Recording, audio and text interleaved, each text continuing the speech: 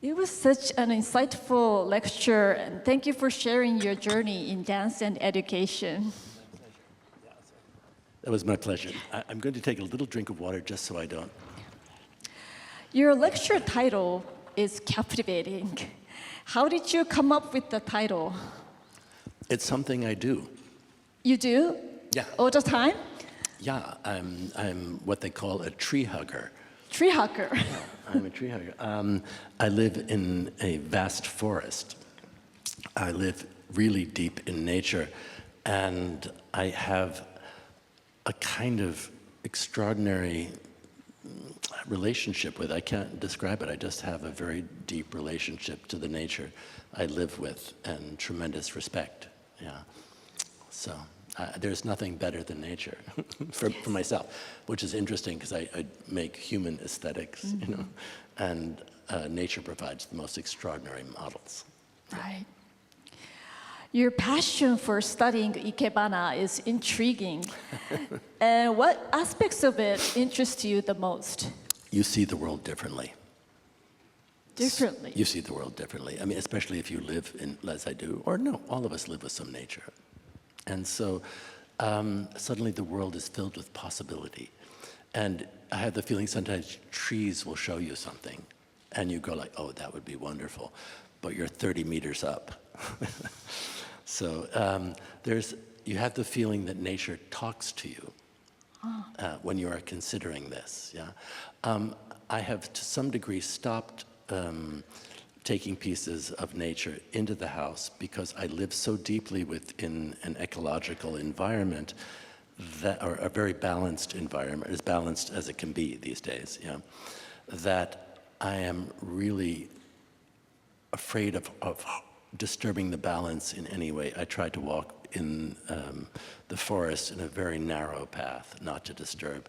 I realize that every flower is necessary, so I leave the flower there, but I enjoy the flowers where they are, and I wait for them every year. Every season they come up, and I know they're coming, or I hope they're coming, and it's like family.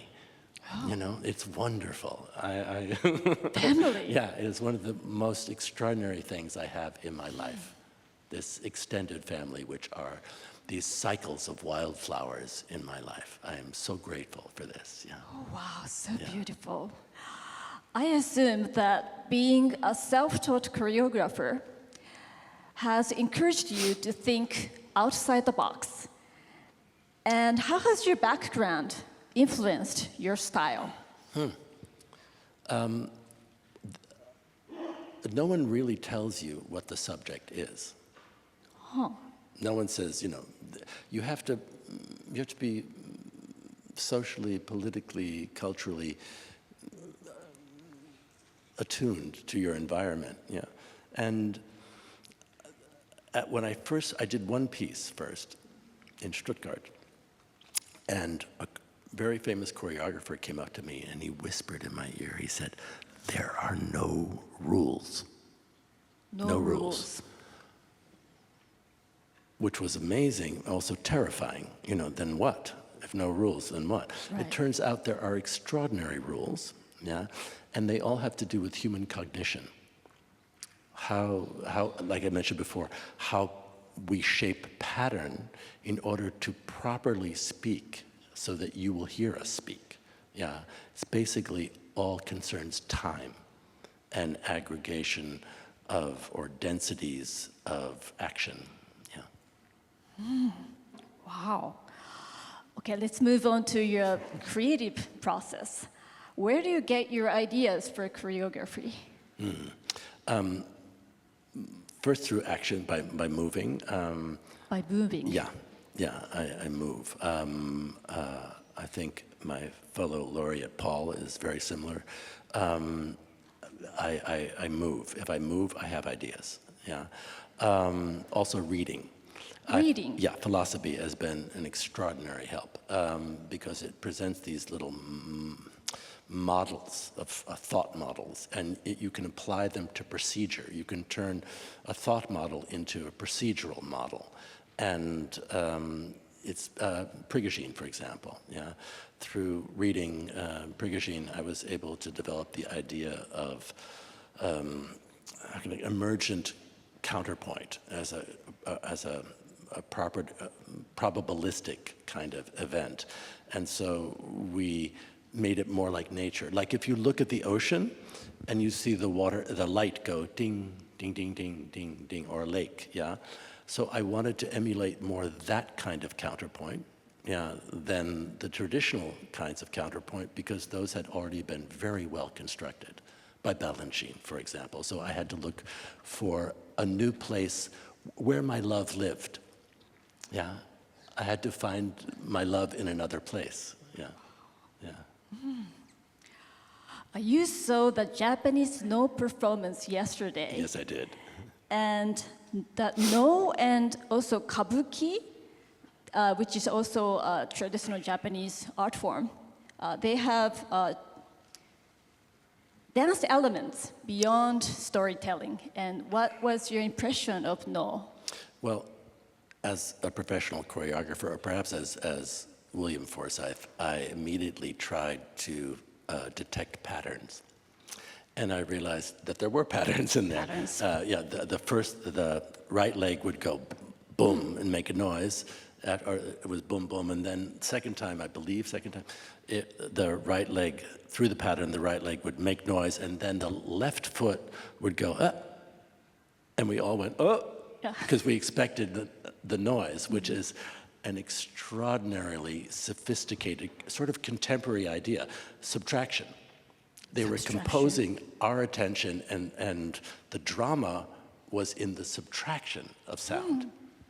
So it was the performer's silence in our anticipation that totally caught us off guard. Wow. It was, I'm going to steal that idea, I think. Really? Oh. No, I think I already have. Wow, you observe a lot. How do you maintain your body, which is a tool of expression? I do about roughly 2 hours of physical work every day. 2 hours every day? Every day. What do you do? Oh, what do I do? Well, besides, running up and down the road, and so that I do a very complicated series of activations, posterior chain, weighted things, weighted exercises. I use a Persian device called a mace. It's a weighted bar, and I swing this mace. It was sword training many centuries ago in Persia, and I use that. And I use any number of strategies to activate my neurological self. Yeah. Wow, you do it every single day? Pretty much, yeah. No, well, I do take a break. I have to. I'm flying or something. Oh yeah, of course. Oh wow. So could you give some advice to educators in dance?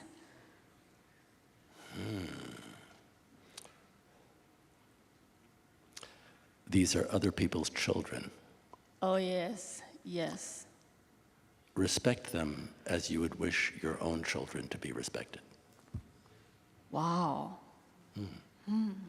Yeah. Other people's children. I see. So you respect their whole selves. I would want my children to be respected by a teacher, treated as full human beings.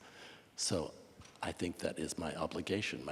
That's an imperative, I feel, to treat other people's children the way I would want my own children to be treated.